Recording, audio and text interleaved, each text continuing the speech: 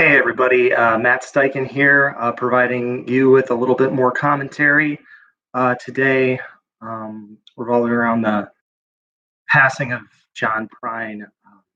It's a very sad day around my house, I know, and I'm sure people are feeling it all over the country.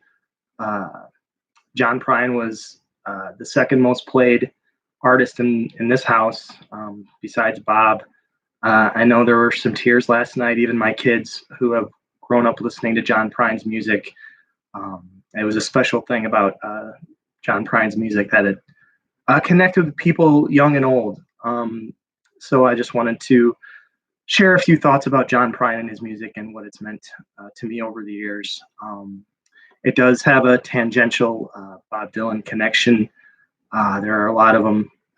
John Prine was one of many new Dylans to come along with Bruce Springsteen and Patti Smith in the 1970s. Famously, John and Bob met backstage during the Rolling Thunder Review.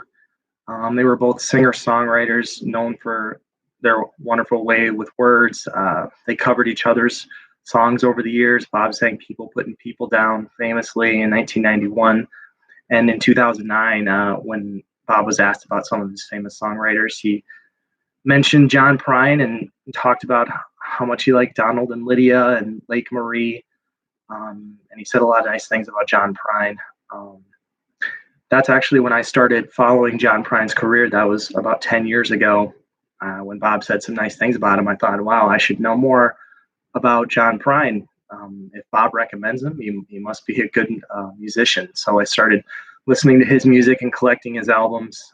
We saw him 4 times live over the last 7 or 8 years, and he was really a fun guy to go see. Despite them both, Bob and John Prine, both being singer-songwriters, John Prine was kind of the anti-Bob Dylan. He didn't put up a wall between his work and himself. Both of them approached their live performances and their jobs differently in that way. Neither of them was the wrong way. They were both artists that were true to themselves and the way they handled their fame and handled their careers. Dylan famously said, "You like my music, and that doesn't mean I owe you anything. It doesn't mean that you know me." He basically said, "Here's my music, and the rest of it's none of your business." And you can respect that, considering all Bob had to go through in the 1960s, with people, digging through his garbage and stalking him and expecting him to provide the answers for the counterculture and all that.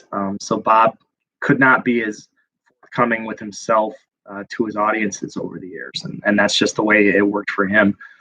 But John Prine was always kind of just non-mainstream enough, that he could be unguarded and be himself, and he was still popular enough to have a long, great career as a musician, be accessible with his fans and willing to share the stories behind his songs at concert and take pictures with his fans. He just seemed like a genuine, all-around nice guy. He was an easy guy to root for and appreciate. And I know when we saw him live, it felt like we were going to see an old friend. He showed so much gratitude and appreciation for the people that came to see him. And I think that's why it's so hard for so many people today. We all felt like John Prine was like a friend or an uncle, a member of the family. He just, made music that really spoke to people young and old, and really inspired a lot of people and made people think and made people laugh and made people cry. I still almost never listen to Hello in there straight through because it just makes me so sad. But that's what great art does. It makes you feel things, and his music did that for so many people for so many years.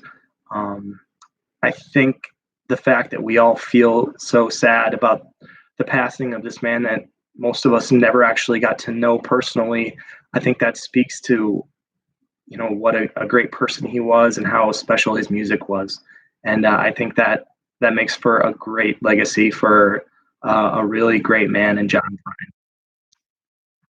So thanks for listening, everybody, and tune in again next time. Thanks. Bye.